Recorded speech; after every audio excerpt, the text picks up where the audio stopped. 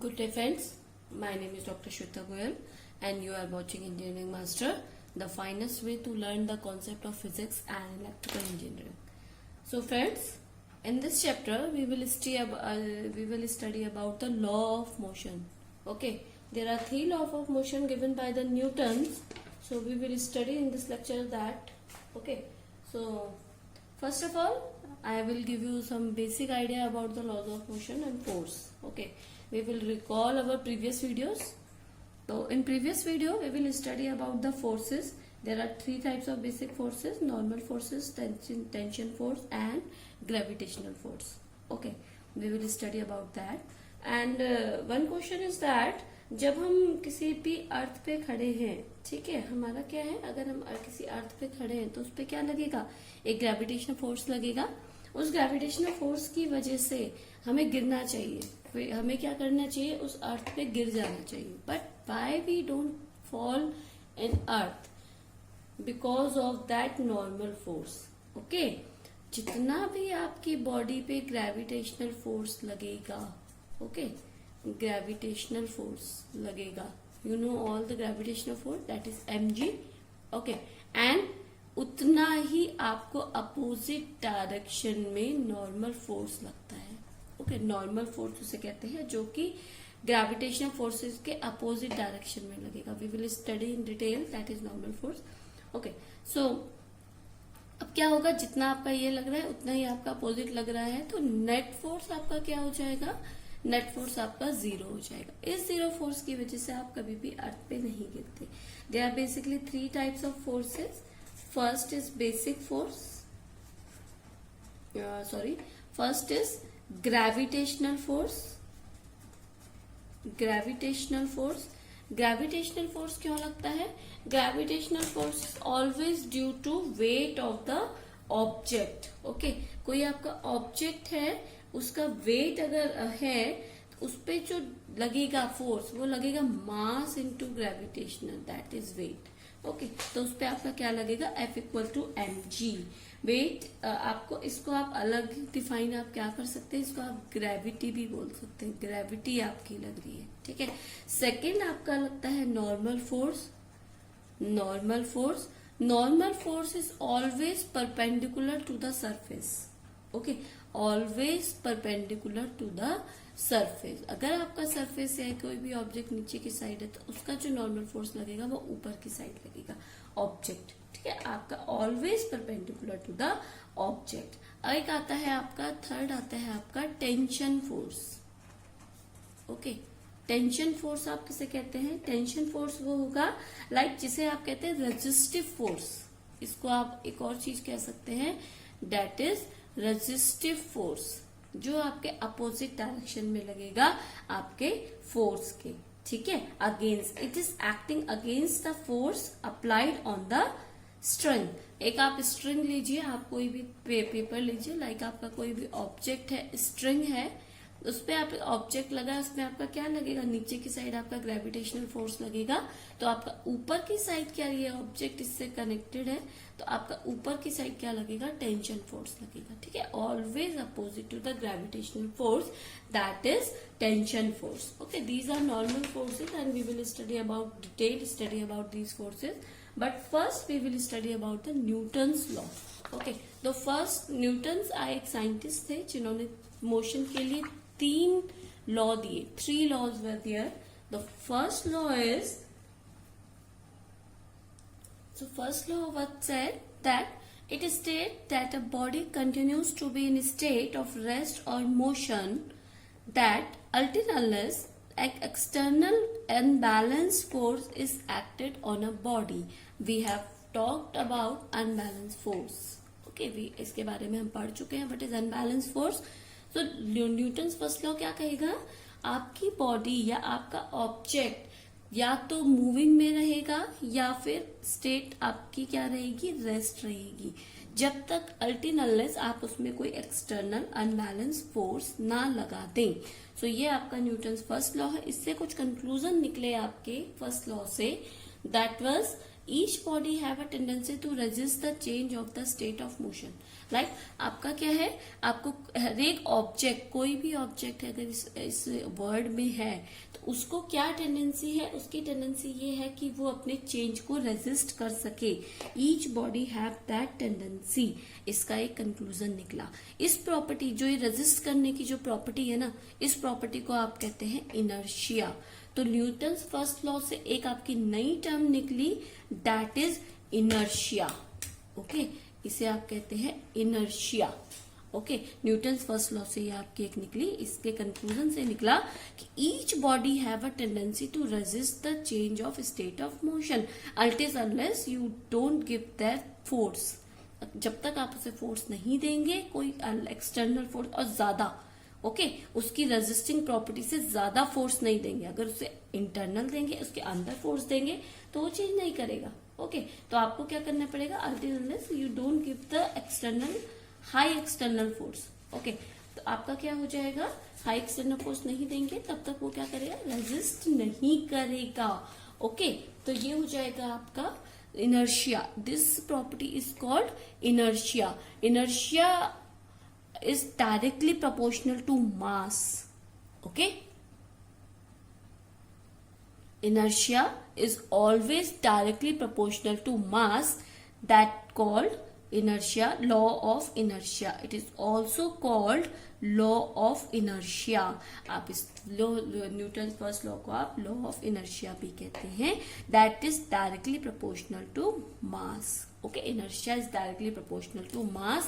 This is a very important line. Inertia is directly proportional to mass. Now, how many types of inertias are there? Okay, we will study about that. Types of inertia. So, inertia is a property to resist the motion of a state of motion. So, first is inertia of rest. Okay, inertia of rest. नाम से आप बता सकते हैं the tendency of a body to continue the state of rest. Okay, वो tendency जो आपकी object को रेस्ट पे रखने की है, that is called the inertia of rest. So I am writing here the tendency of the body to continue in a state of rest. Okay, आपकी tendency body की जो आपके किसी भी ऑब्जेक्ट को रेस्ट में रखने के काम आती है, that is your inertia of rest. Okay, अब क्या है, even we can also add even when some external force applied on it. आप उसमें कोई एक्सटर्नल फोर्स लगाएंगे तो भी वो आपकी टेंडेंसी क्या रहेगी, स्टेट में रहेगी. That call inertia of rest. आपका सेकेंड इनर्शिया टाइप होता है, that is inertia of motion. Okay, inertia of motion.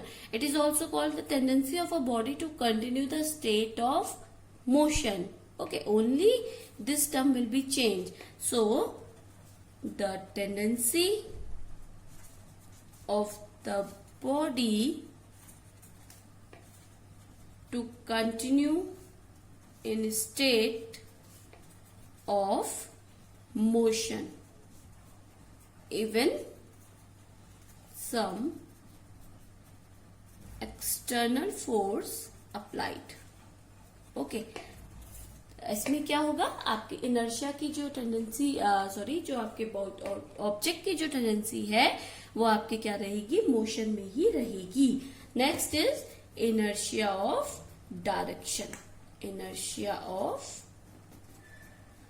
Direction ये क्या है, oppose the change of direction. The tendency of the body to oppose the change of direction. Okay, the tendency of the body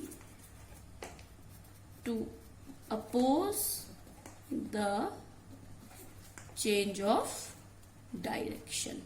okay, जो आपके direction को change करने का oppose करेगी, that is called inertia, sorry inertia of direction.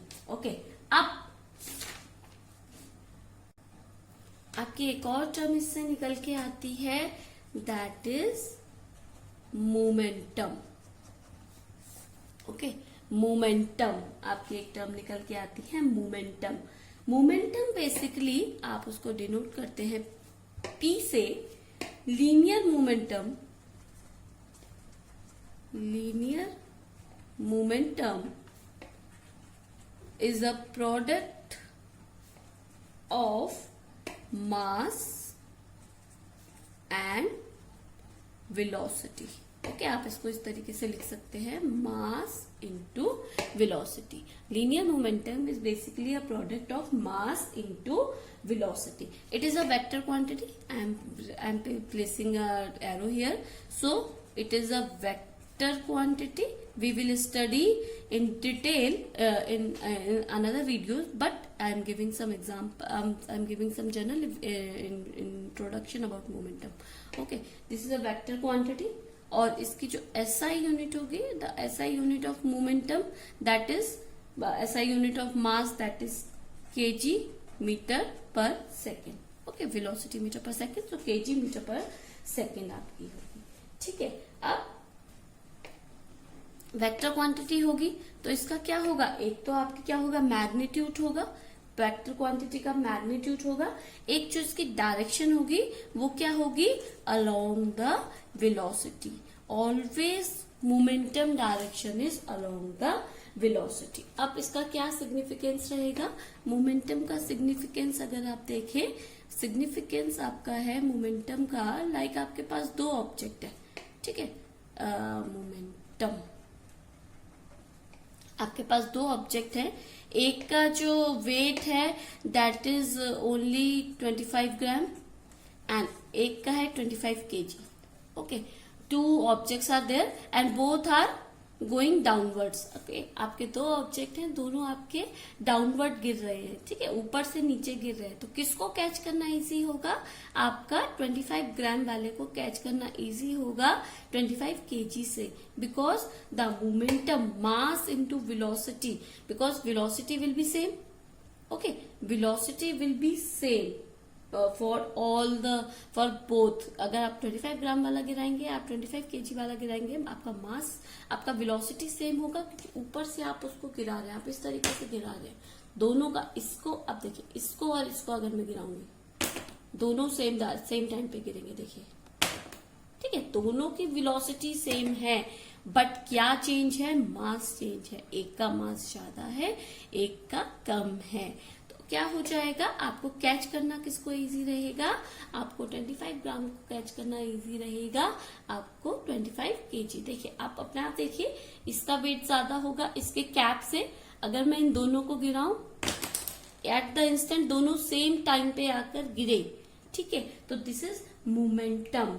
Okay, तो momentum change कैसे होगा, आपका वेट ज्यादा हो जाएगा, मास डिफरेंस हो जाएगा, तो आपका मोमेंटम चेंज हो जाएगा, मोमेंटम चेंज हो जाएगा, क्योंकि एक का क्या है, एक का मोमेंटम ज्यादा हो जाएगा, एक का मोमेंटम कम हो जाएगा, बिकॉज एक का मास ज्यादा है, वेलोसिटी सेम है, आपका एक का मास कम है तो वेलोसिटी सेम है, तो जिसका मास कम है उसकी मोमेंटम कम हो जाएगा। नाउ तो this is a general idea about momentum. Now we will study about second law of Newton second law. Okay, second law of motion आपका क्या कहता है, that called that the rate of change of momentum of a body is directly proportional to the applied unbalance force. आपका जो momentum change होने का जो आपका बॉडी का रेट है, that directly proportional to the unbalance force. तो rate of change of body is directly proportional to the force. I have told that what is momentum. Momentum is just a product of mass and velocity. Okay, I have told you. So let's suppose initial velocity that is u, and final velocity that is v.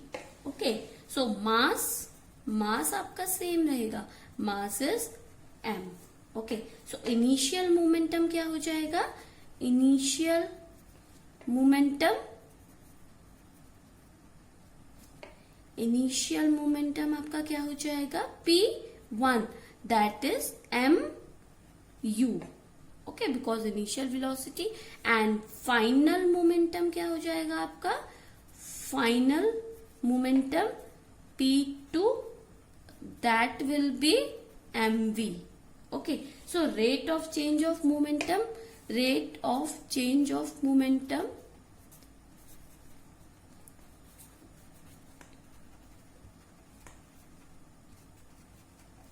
that is P2 minus P1 upon T, okay, so here we can write mv minus mu upon T. So rate of change of momentum.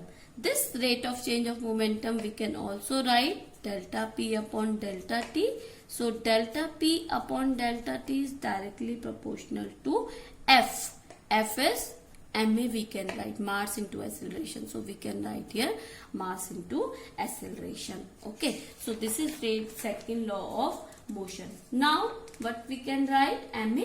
Okay. So here F equals to ma. Mass into acceleration, ma. So F equals to ma.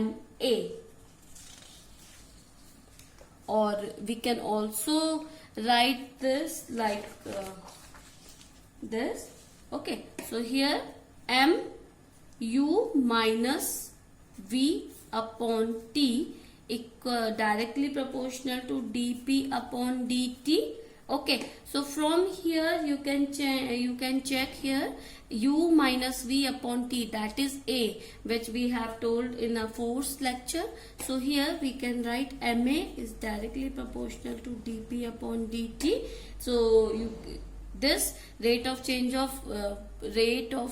of momentum is directly proportional to force. So here we can write dp upon dt. If we remove the proportionality sign, we have to add some constant, that is ma. So from here we can say F equal to ma. This can be right here. So we got some most important formula. This is very important formula which will use in your physics, that force is equal to mass into acceleration. So how we can get that, Newton's second law, that is rate of change of momentum, that is P2 minus P1 upon T, that is dp upon dt. We can write it dp upon dt is directly proportional to we can remove this line here. Okay, we can this line here. So here dp upon dt is directly proportional to is equal to mv minus mu upon t. So this m will be common, and then u minus v upon t is directly proportional to dp upon dt. There m and this from the u a equals to acceleration formula, that is u minus v upon t. So we can put here a is directly proportional to dp upon dt. So here, because this is directly proportional to force, so we can write here F equals to ma. So force is defined the product of mass into acceleration. We can write here force is defined as the product of mass into acceleration. Okay, mass into acceleration का जो product है वो आपका force होता है. Okay, so here acceleration and mass, तो this are the acceleration is a vector quantity, the force is a vector quantity, okay, and the direction is always along the direction of acceleration. Okay, so what is the direction of force?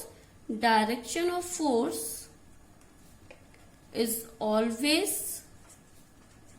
along the acceleration. Okay, always along the acceleration. A unit of force is always Newton. Okay, ऐसा ही आपके क्या होती है Newton, unit है force की Newton, और we can also say mass kg and acceleration is meter per second square. So these are the unit of force. Newton is the name of the Newton scientist. So unit is the Newton and the SI unit is kg, meter per second square. If I told you to define the 1 Newton, how you can define the 1 Newton force? Can you define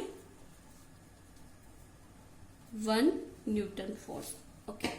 So F equals to ma. When 1, m equals to 1 and a equals to 1, F equals to 1 Newton. How you will define? When force applied on a 1 kg mass and that accelerate to 1 meter per second square, that called 1 Newton. That called 1 Newton force. Okay. When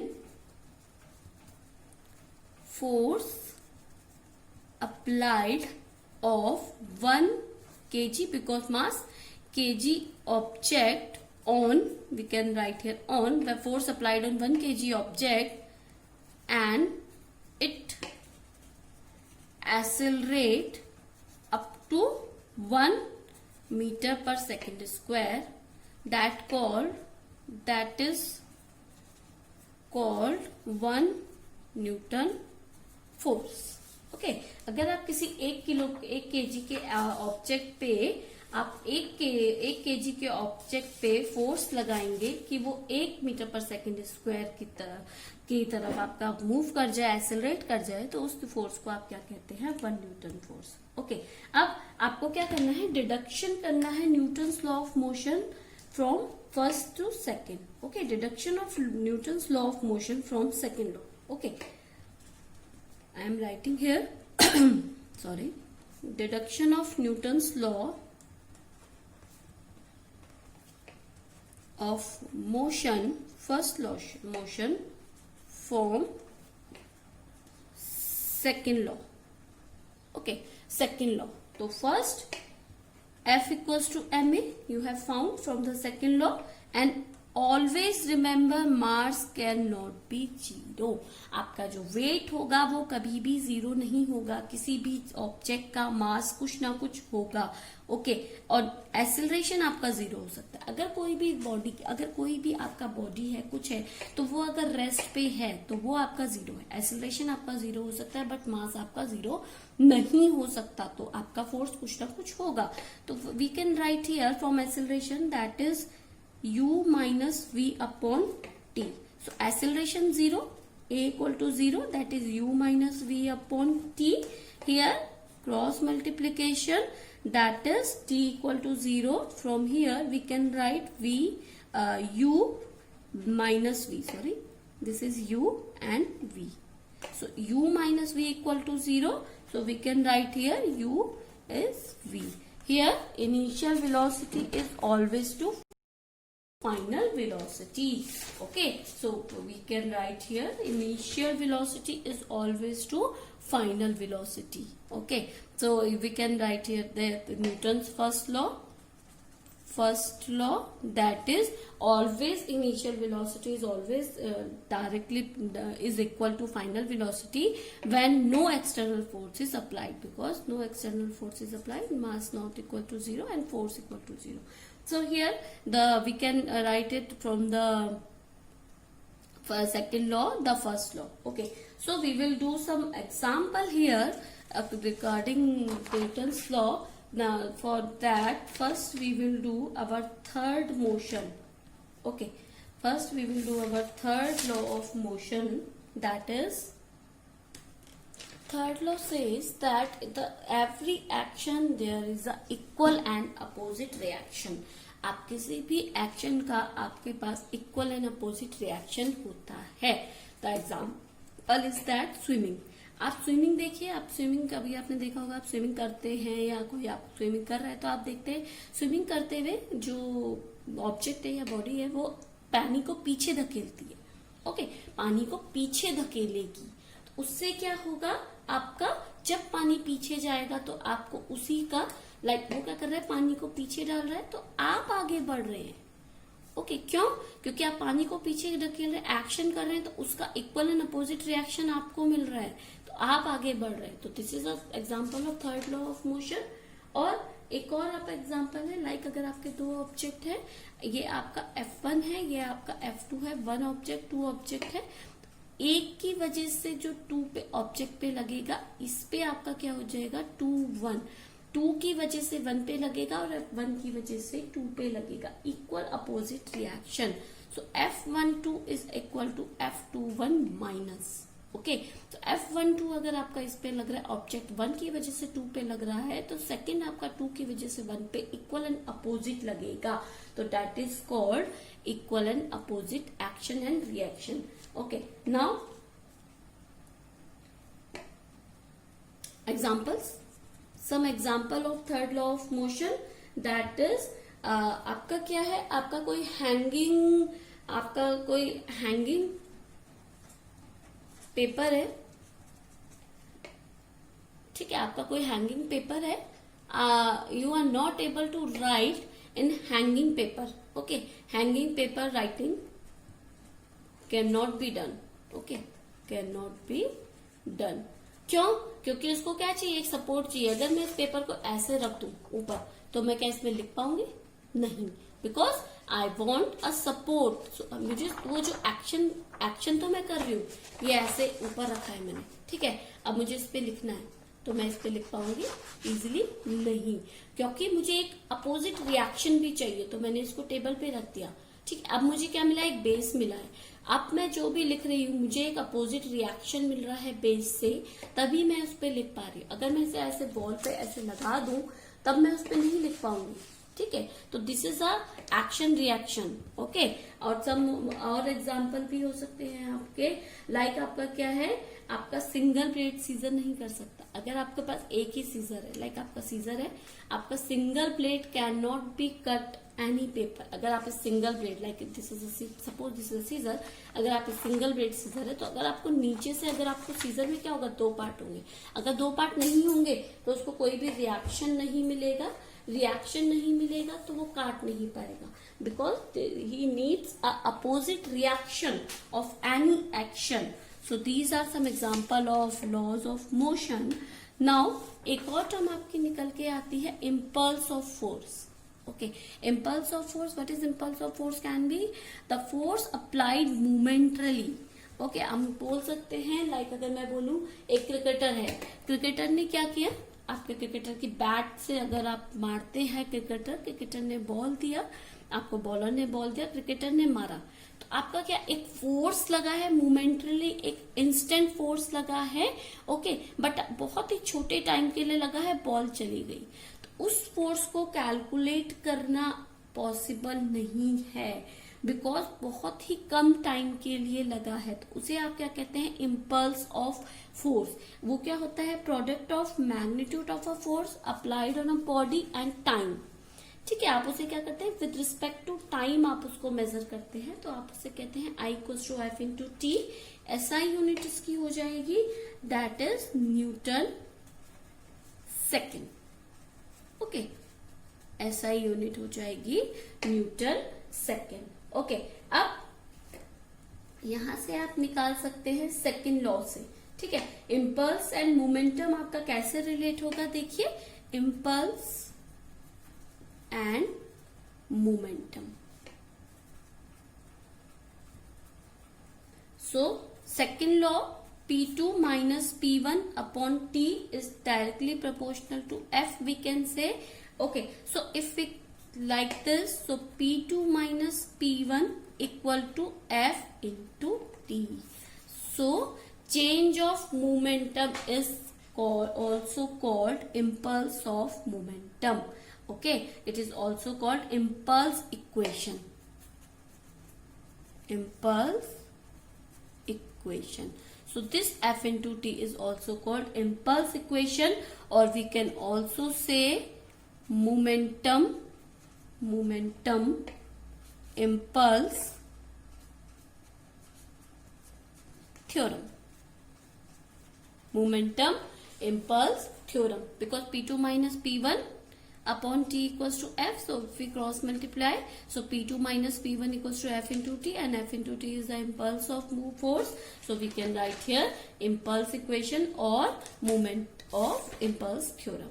Now we will do some example regarding these theorems. So first question is that, like one force acting on 2 kg body accelerate up to 2.5 meter per second square, and F2 acting on another 5 kg body accelerate up to 2 meter per second. So find F2 minus F2 upon F1.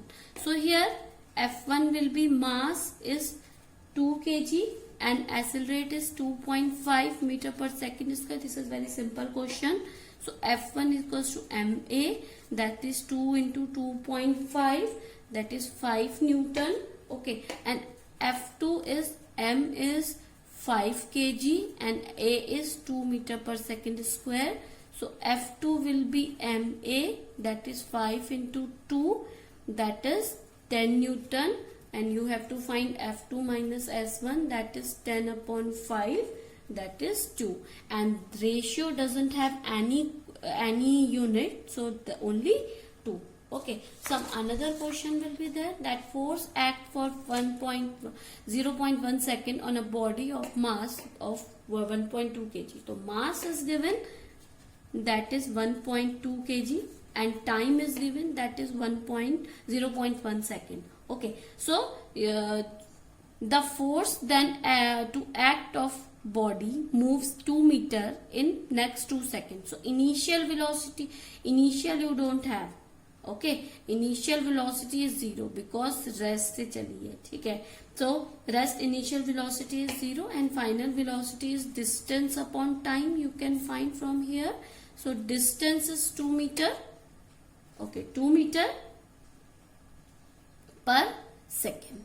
2 meter per second. Now F equals to ma. A you have, that is u minus v upon t. So a, you don't have, u has 0. So okay, final velocity v minus u upon t. Okay, so 2 minus 0 upon 0.1. So you can write here 20 meter per second. So this 20 meter per second will be put it here. M is you have m is 1.2 into 20, that is 24 Newton is your answer. So this kind of question can be done like this. I hope this is all for today. In next session we will study about the principle of conversion of linear momentum. So you have to know what is linear momentum. Please be prepared this lecture, then we will study of the another lecture. So please, thank you, good day and take care.